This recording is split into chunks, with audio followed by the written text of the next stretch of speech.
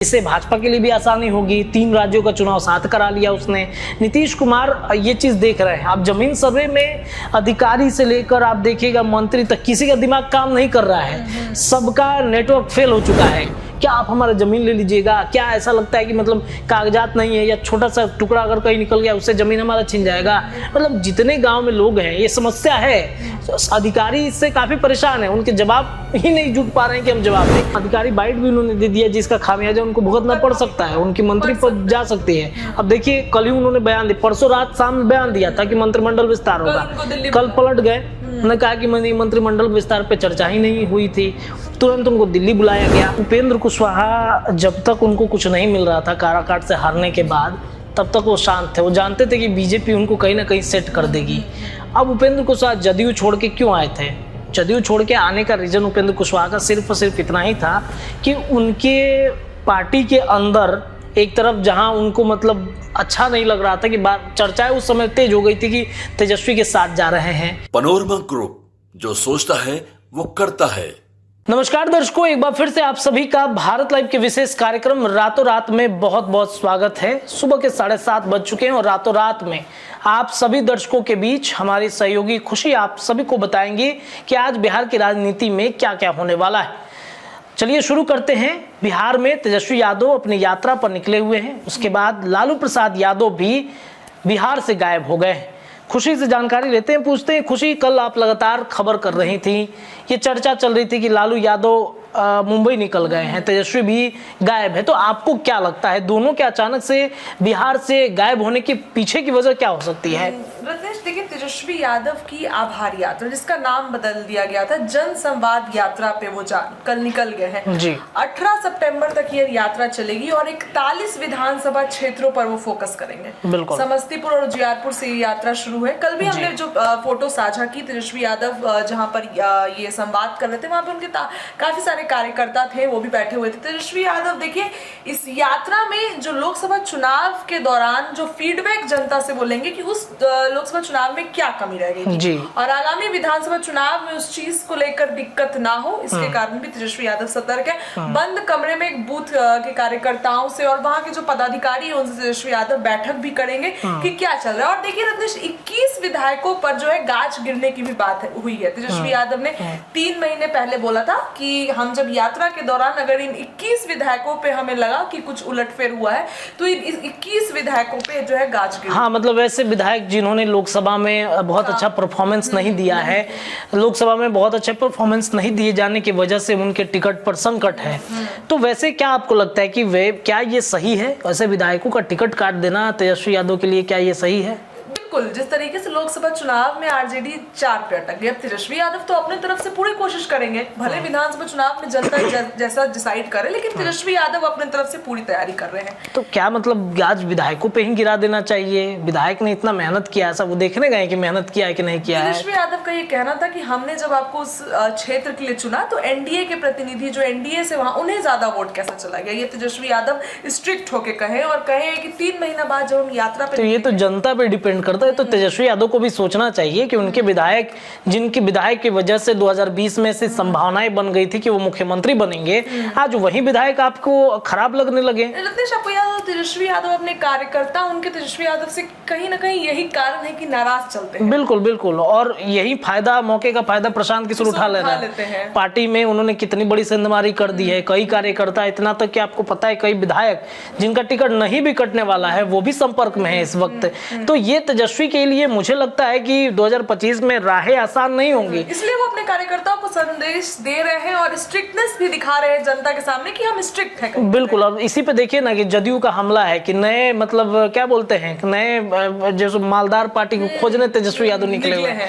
अब एनडीए के देखिए नेता की आप बात करिए तो जो जदयू के एमएलसी हैं उन्होंने तेजस्वी यादव की इस यात्रा को आभार की जगह भारी यात्रा बताया है। तमाम एनडीए के नेता इस पर अपनी नेतागिरी कर रहे हैं, दिलीप जायसवाल ऐसा कर रहे हैं। अब देखिए लालू यादव भी इसी बीच रवाना हो गए हैं। कहाँ के लिए रवाना हुए? तो मुंबई के लिए रवाना हुए हैं। बात निकल कर आई है कि उनकी तबीयत बिगड़ गई थी, लेकिन यहाँ पर ये सवाल खड़ा होता है कि क्या फिर वही गुप्त मीटिंग करने के लिए लालू यादव रवाना हुए हैं मुंबई? बिल्कुल बिल्कुल, आप सही बोल रही हैं। इंडिया गठबंधन की एक बैठक, जैसे बाबा हमेशा एक बात की चर्चा करते हैं कि जो अंबानी के घर उनके बेटे अनंत अंबानी की शादी थी, तो उसमें एक बैठक हुआ था इंडिया गठबंधन का। तो इधर तेजस्वी यादव बिहार के लिए निकले हैं, उधर लालू प्रसाद यादव देश भर के लिए निकल गए। अब इस सब के बीच में आप देखिएगा कि तेजस्वी यादव और नीतीश कुमार की जो मुलाकात हुई है, इसके पीछे की संभावनाएं बहुत तरह की व्यक्त की जा रही हैं। संभावनाएं हैं कि नीतीश नेगोशिएट करेंगे पार्टी में अपने टिकट को लेकर के। अगर भाजपा वो नेगोशिएशन नहीं मानती है तो शायद नीतीश वो संभावनाएं व्यक्त करके रखे हैं कि तेजस्वी यादव हमारे लिए दरवाजा खोल कर रखे हैं। बार बार सफाई तेजस्वी यादव को क्यों देना पड़ रहा है कि दो बार हमने मौका दे दिया, मौका नहीं देंगे। अचानक से ये सब बयान देकर के तेजस्वी क्या साबित करना चाहते हैं? मुझे लगता है खुशी कि वो यही साबित करना चाहते हैं कि चाचा के बिना मतलब काम नहीं चलने वाला है। और बीजेपी में नीतीश कुमार जैसे ही अगर सीट बंटवारा उनके मन मुताबिक नहीं हुआ तो कह देंगे कि हम आपके हैं कौन, तब तो रास्ते खुले हुए हैं। बिल्कुल। अच्छा ये बताइए कि नीतीश का मिजाज बदला है या फिर नीतीश अस्थिर हो चुके हैं, आपको क्या लगता है? रत्नेश, नीतीश का मिजाज अभी आए दिन बदल रहा है और भारतीय जनता पार्टी इसको भांपने की कोशिश कर रही है कि क्यों मिजाज बदल रहा है। लेकिन एक जमीन सर्वे का काम जो कि 20 अगस्त से शुरू किया गया था, 45,000 से ज्यादा गाँवों में ये काम चल रहा था, लेकिन अब ये काम को रोक दिया गया है। देखिए, दिलीप जायसवाल का एक बयान था कि ऐसे माफियाओं को उल्टा लटकाएंगे और उसके बाद ये सडन प्लान आ जाता है। देखिए क्यों प्लान आता है। एक आंध्र प्रदेश में जगन मोहन रेड्डी की सरकार थी, तो चुनावी साल में जब ये जमीन का वहां भी सर्वे कराया गया था आंध्र प्रदेश में, तो उस टाइम पर सत्ता में जो सरकार थी उस पर असर पड़ा था, चुनावी दौरान था। तो ये जो जमीन सर्वे का काम था, इसको लेकर वहां की सरकार पर असर पड़ा था। तो हो सकता है कि यहाँ पर भी एनडीए ये चीज देखते हुए इस काम को पीछे ले लियो। बिल्कुल आप सही बोल रही हैं। बिहार में विधानसभा का चुनाव है और अगले साल नीतीश कुमार की यही डिमांड है कि मतलब झारखंड में जहां कार्यकाल विधानसभा का खत्म हो रहा है, दिल्ली में खत्म हो रहा है, तो क्यों ना विधानसभा का चुनाव मतलब साथ में करा लिया जाए। इससे भाजपा के लिए भी आसानी होगी। 3 राज्यों का चुनाव साथ करा लिया उसने।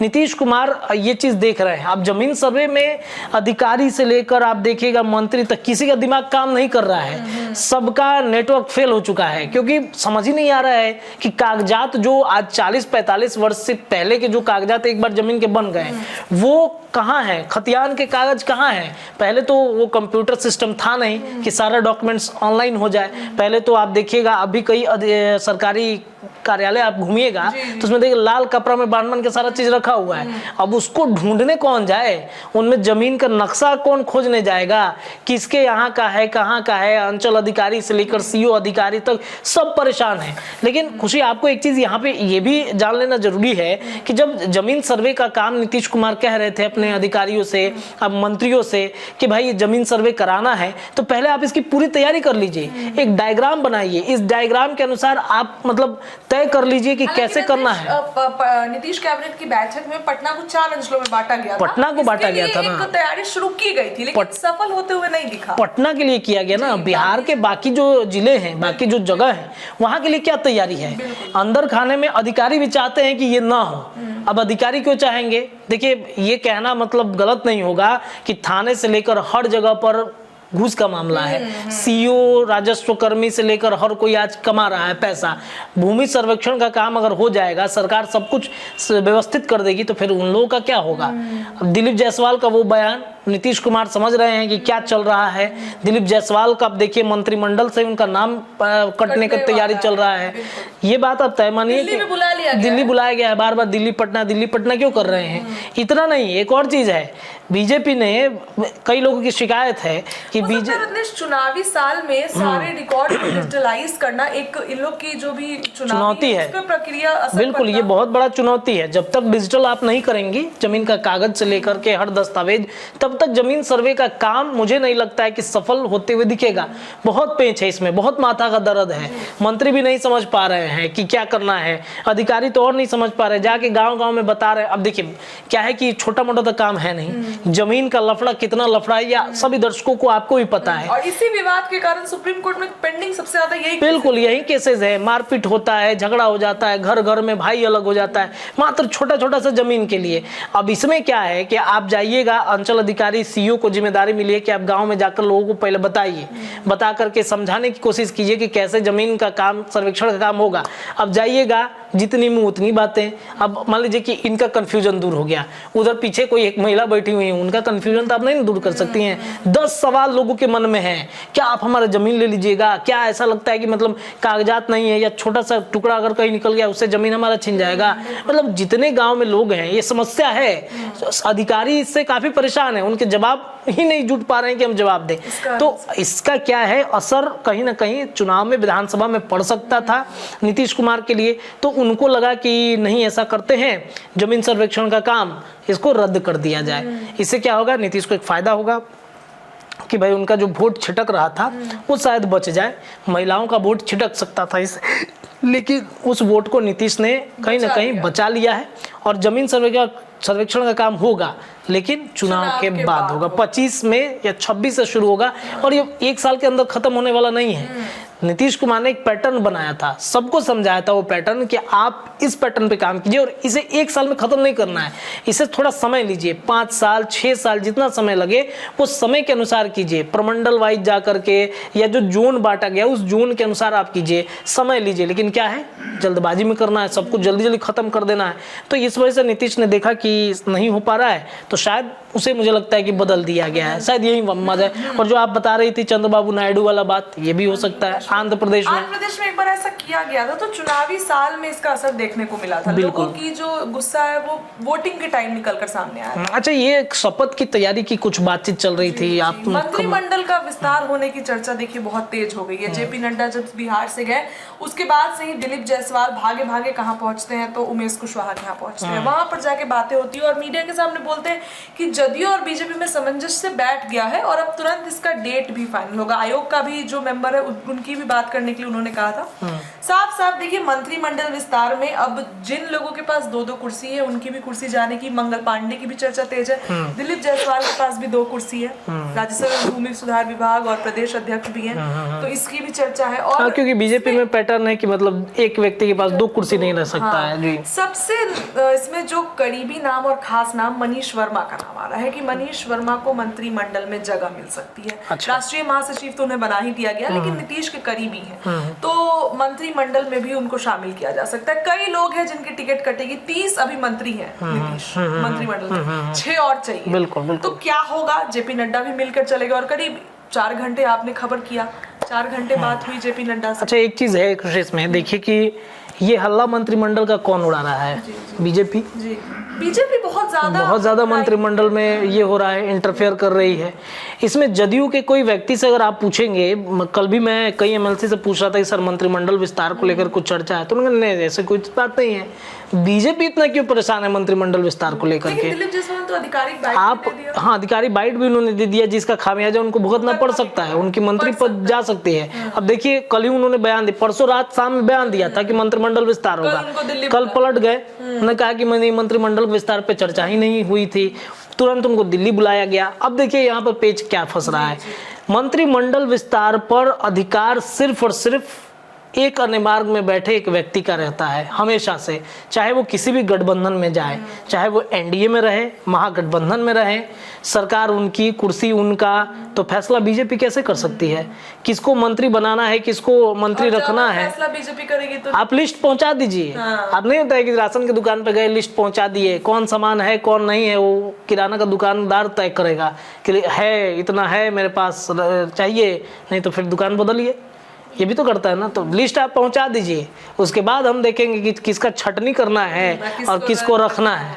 नीतीश कुमार ही मंत्रिमंडल। क्या लगता है, मनीष वर्मा का नाम बहुत तेजी से आ रहा है? बिल्कुल, मनीष वर्मा को जिम्मेदारी मिल सकती है, और इसमें तो चर्चा ये भी है कि नीतीश के खास मंत्री की टिकट कट सकती है।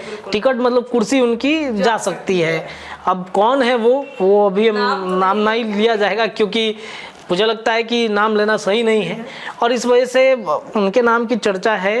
कल जदयू के दफ्तर में भी हम थे तो उन पे नाम की खूब चर्चा चल रही थी, लोग आपस में गुटबाजी करके बातचीत भी कर रहे थे।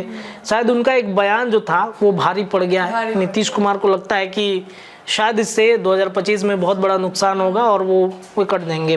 तो मंत्रिमंडल विस्तार पर बीजेपी क्यों इतना उछल रही है। और यही वजह है कि दिलीप जायसवाल को दिल्ली बुलाया गया है, कोई और वजह नहीं है कि नीतीश के काम में आप क्यों इंटरफेयर कर रहे हैं। हम तो बोल ही नहीं रहे हम बोल ही नहीं रहे हैं। जेपी नड्डा जाते हैं, 5 घंटा मुलाकात करते हैं।